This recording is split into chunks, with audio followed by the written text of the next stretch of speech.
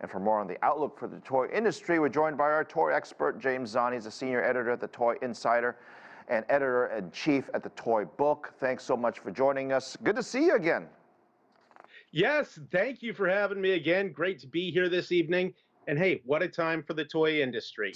We've come off of some great years and hit some challenges again. Last time we spoke was right before the holidays, and you and I talked about the hottest toys for the industry. Now that it's a month or so after the holidays, how do you feel about the state of the industry? The industry's good, but it's in flux because essentially this is a reset year.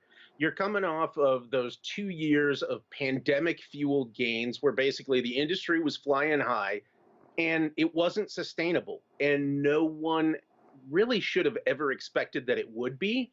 So now here we sit when we're resetting, and the trade fairs are starting again. We just had Hong Kong last month and London, then Nuremberg, Germany. Now Toy Fair New York was usually in February. It has now permanently moved to September starting this year. So the industry's resetting its calendar here in the US. And then, of course, we're looking at new toys coming out. And newness is what drives the industry.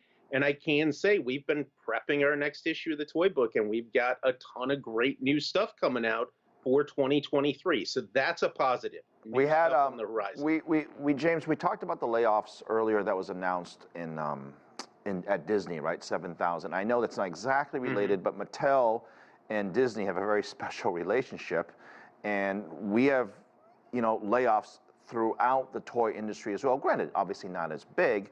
Does that mean they're pulling back from a cost reason in terms, or are they pulling back because they're not going to develop new toys, I guess, in the future? It really has nothing to do with development. If you look at where these layoffs are coming from, what they all have in common, it's the public companies that are cutting staff right now. If you run into lean times, what's the first thing they do? They usually cut people.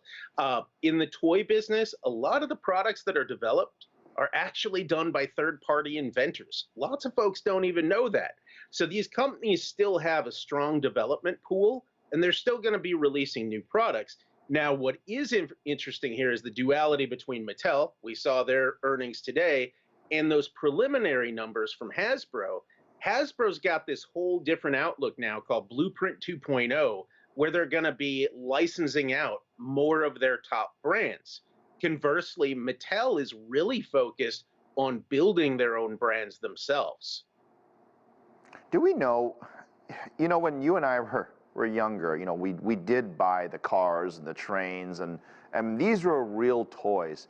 I'm not sure toys today are in the same category because I see my kids and other people's kids, they're playing with a lot of electronic stuff, and they may go into the store and buy, say, a Disney shirt, and maybe Disney gets the revenue from that, but they're like half toy but half wearables, and there's a lot of tech involved. Are those still considered toys, I guess, in your mind? I consider those products to be like toy adjacent.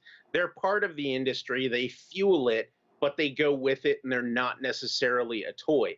The toy business itself here in the US, when you take like the NPD numbers plus the stuff that they don't track, it's about $40 billion a year. And that's a lot of just toys. That doesn't include the licensed apparel and all of that goes along with it, and the bedding and all of that extra ancillary stuff.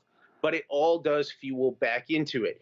What is really interesting now, though, is that, and I'm sure you've seen the headlines, the adult collectors, they're calling them the kidults.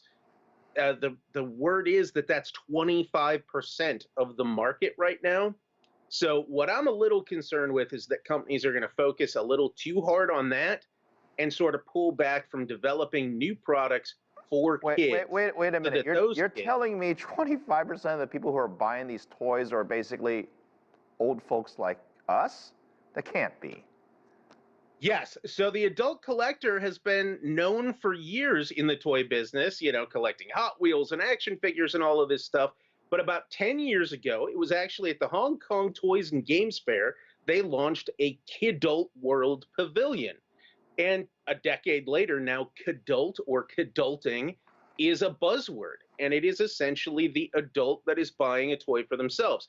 Think like a Lego set. They have a campaign called Adults Welcome. These are sets with thousands of pieces designed for builders 18 and up. We have collectible figurines and That's stuff that aren't $10. unbelievable. James, I apologize for out of time, but No worries. I learned something new today. James Zahn from the Toy Insider. Thank you very much.